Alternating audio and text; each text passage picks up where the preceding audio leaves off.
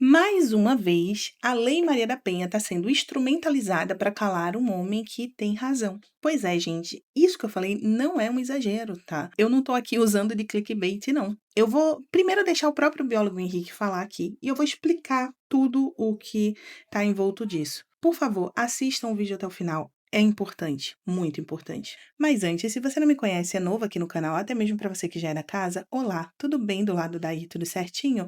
Eu me chamo Lai Oliveira e seja muito, muito bem-vindo ao meu Notório Mundo. Vamos assistir esse vídeo. Maria da Penha. Tomei um processo Maria da Penha. Dá pra acreditar, velho? Biólogo Henrique, processado na lei Maria da Penha. O detalhe, nunca vi essa pessoa. Nunca vi ao vivo. Não posso falar porque é segredo de justiça. Ainda tem isso. Veja, é uma pessoa que mora do outro lado do planeta e que eu nunca vi na minha vida, apenas ousei fazer algumas correções e a pessoa me deu Maria da Penha. E aí, olha que louco, pra ser Maria da Penha, tem que ter tido relações carnais. Ou será que foi um alienígena que pegou e abduziu e botou lá? Só pode estar pensando nisso, cara. Na boa, foi um alienígena. Porra, eu não sabia que... Será que é um amor platônico? Será que é apaixonada por mim? Tem paixão por mim? Aí agora tudo começa a fazer sentido. Tudo começa a fazer sentido. Será que quer fazer algo libidinoso com o biólogo Henrique? Aí eu tenho que explicar pra minha mulher, com 25 anos de casado, que eu tomei um processo Maria da Penha de outra. De outra é uma pessoa que eu não... Será que essa pessoa sonhou comigo? Será que foi abduzida por algum alienígena? Eu não posso falar aqui, é claro. Mas ela deve ter pensado isso. Será que foi uma abdução alienígena? E aí nisso teve relações carnais pra me dar um processo de Maria da Penha, velho. Maria da Penha? Gente, na boa. Olha a Maria da Penha, olha a lei Maria da Penha sendo usada aí, ó. Vamos aproveitar então, ó. Vamos discutir o uso da Maria da Penha. Olha a merda que estão fazendo. Biólogo que nunca teve nada com essa pessoa, nunca viu ao vivo, de uma pessoa que mora, sei lá, na Ucrânia, me dá um processo de Maria da Penha. Pode botar aí, biólogo Henrique toma um processo de Maria da Penha de alguém que ele nunca viu na vida, nunca viu ao vivo. Só se alguém tá muito apaixonado por mim, velho. Só pode. Deve estar com muita vontade do biólogo Henrique, hein? Tá com muita vontade do biólogo Henrique, hein, maluca? Porra, eu sei que eu sou bonitão, gostosão mesmo. Deve ter sonhado. É uma abdução alienígena. Maria da Penha. Tá aí, galera, ó. Vocês estão discutindo Maria da Penha? E agora? Fala agora. Fala agora. Do biólogo Henrique tomando o processo de Maria da Penha, sem nunca ter tido nada com essa pessoa. E aí eu não posso nem falar quem. Nem falar quem eu posso falar, porque é processo de segredo de justiça. O intuito, é claro, de queimar minha imagem, né, velho? Maria da Penha, velho. Processo. Maria da Penha fantasma, abdução fantasma, essa porra. Tomar. É mole, velho. É, vamos lá. Inicialmente, o biólogo Henrique teve uma treta no ano passado, ou foi no começo desse ano, não lembro muito bem, com uma moça. Ele reagiu a um vídeo fazendo umas correções porque ele é biólogo. Ela não gostou e deu strike no canal dele. E outras pessoas começaram a fazer uma análise com relação a isso e o absurdo que foi. E ela começou a dar strike também ali em outros canais. Um canal desse foi o Não Adivinho. Ela é uma brasileira que mora fora do país. Tudo isso que eu estou falando é supostamente, tá? Não estou citando nomes nem nada, mas acredito que esteja ali algo próximo dentro dessa treta. Óbvio que tudo isso é no âmbito do supostamente. Agora, teve uma fala interessante que o biólogo Henrique falou aqui, que foi: para ser Maria da Penha, tinha que ter tido relações carnais. Eu quero explicar uma coisa relacionada à Lei Maria da Penha. A Lei Maria da Penha, que é essa, 11.340, de 7 de agosto de 2006, no seu inciso 5º, ele estabelece 3 contextos em que aquela violência precisa acontecer para ser classificada, enquadrada dentro da Maria da Penha. Artigo 5º. Para os efeitos da lei, configura violência doméstica e familiar contra a mulher qualquer ação ou omissão baseada no gênero que lhe cause morte, lesão, sofrimento físico, sexual, psicológico e dano moral ou patrimonial. Aí o primeiro, né? No âmbito da unidade doméstica, no caso compreendida como espaço de convívio permanente de pessoas ou sem vínculo familiar, inclusive as esporadicamente agregadas. 2, ali, né? No âmbito da família, compreendida como uma unidade formada por indivíduos que são ou se consideram aparentados, unidos por laços naturais, por afinidade ou por vontade expressa. E o 3, em qualquer relação íntima de afeto na qual o agressor conviva ou tenha convivido com a ofendida, independente de coabitação. Nessa parte específica aqui, para que seja enquadrado como Maria da Penha e tudo mais, você não precisa ser casado, não precisa morar junto, não precisa ter relação sexual com a pessoa e tudo mais.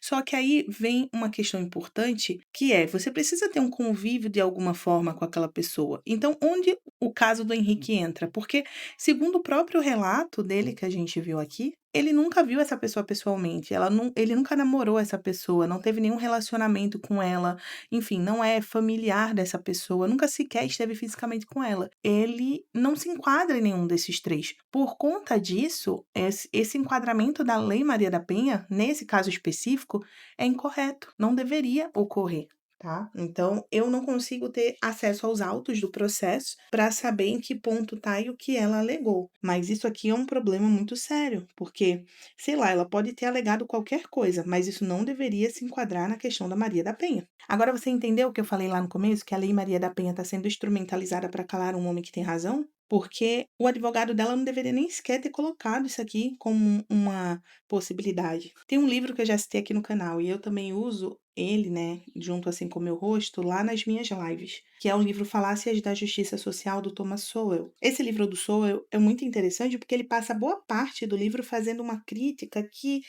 sinceramente, eu acho fundamental para essa questão, tá? Ele diz que não basta a gente analisar políticas pelas intenções bonitas que deram origem a elas. Você precisa analisar também os incentivos criados e as consequências que aparecem depois disso.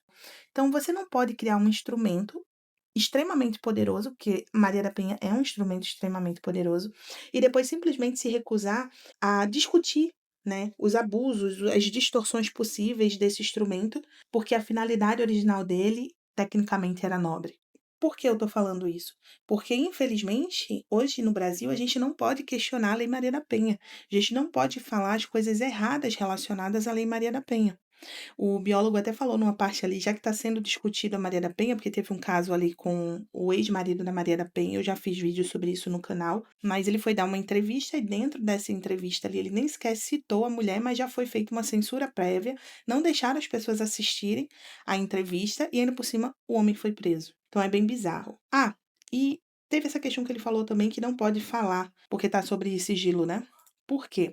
Porque se a gente for aqui no artigo 17A da Lei Maria da Penha, ele fala: o nome da ofendida ficará sob sigilo nos processos em que se apuram crimes praticados no contexto de violência doméstica e familiar contra a mulher. Só que nesse artigo a gente tem um parágrafo único, e olha esse parágrafo único. O sigilo referido no capto deste artigo não abrange o nome do autor do fato, tampouco os demais dados do processo. Mas eu não consigo ter acesso a esse processo. Interessante, não? A própria legislação estabelece uma proteção específica para a identidade da mulher que ocupa a posição de ofendida. Porém, contudo, todavia, entretanto, eu volto para uma coisa que eu já falei várias vezes aqui no canal. Quando você cria uma estrutura jurídica específica para um sexo e essa estrutura não possui correspondente equivalente quando os papéis eles são invertidos, gente, você precisa, no mínimo, aceitar uma discussão séria sobre a simetria jurídica aqui. Por que eu tô falando isso? Porque o nome do homem que está sendo acusado não é o homem que teve a sentença ali de culpado. Ele não é culpado de fato. Não correu todo o devido processo legal. E mesmo sendo acusado, ele pode ter seus dados expostos. Sua reputação pode ser manchada.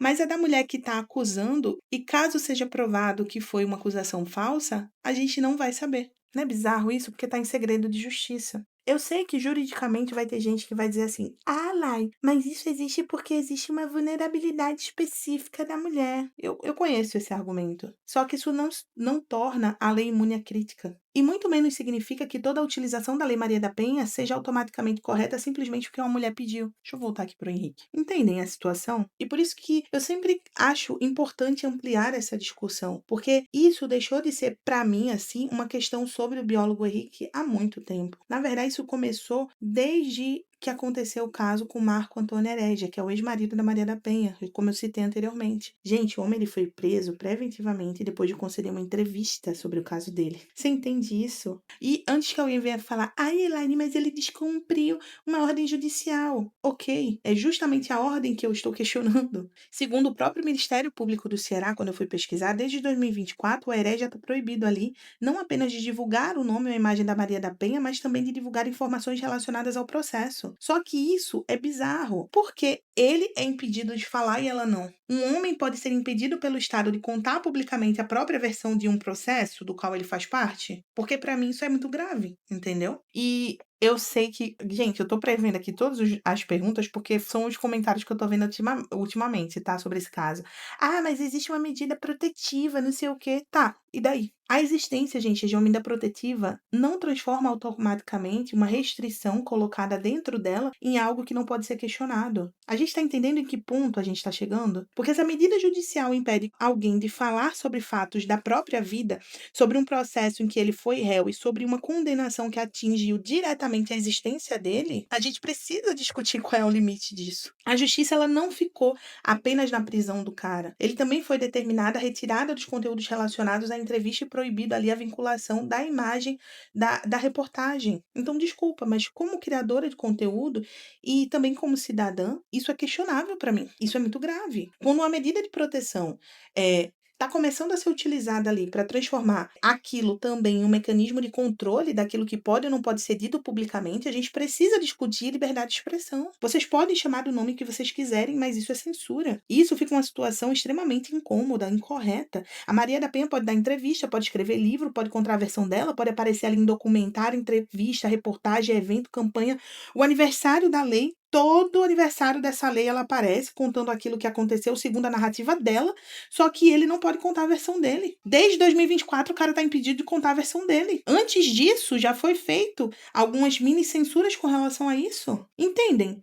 Eu não tô dizendo aqui que a versão dele é verdadeira simplesmente porque ele tá contando, mas você tem que permitir a pessoa falar. Não quer dizer que você concorda com tudo da pessoa, discorda. Não tô dizendo isso, mas ela tem o direito de falar. O biólogo Henrique é a mesma coisa. Ele tá sendo ali colocado, enquadrado numa lei que ele não pode falar. Ele não pode chegar e questionar, ele não pode chegar e dizer, olha, consta isso, isso e isso no processo, a pessoa X fez isso, ele não pode dizer, porque a lei protege ela, mas ele, que é o suposto autor do fato, não protege ele. Não que seja proteger, né? Porque, tecnicamente, se ele fez coisa errada, não merece proteção. Mas ele não foi condenado, ele está sendo acusado. Isso é tudo no âmbito do suposto. É supostamente, supostamente. Isso aqui é bizarro, gente. Isso aqui é bizarro, isso aqui é problemático demais.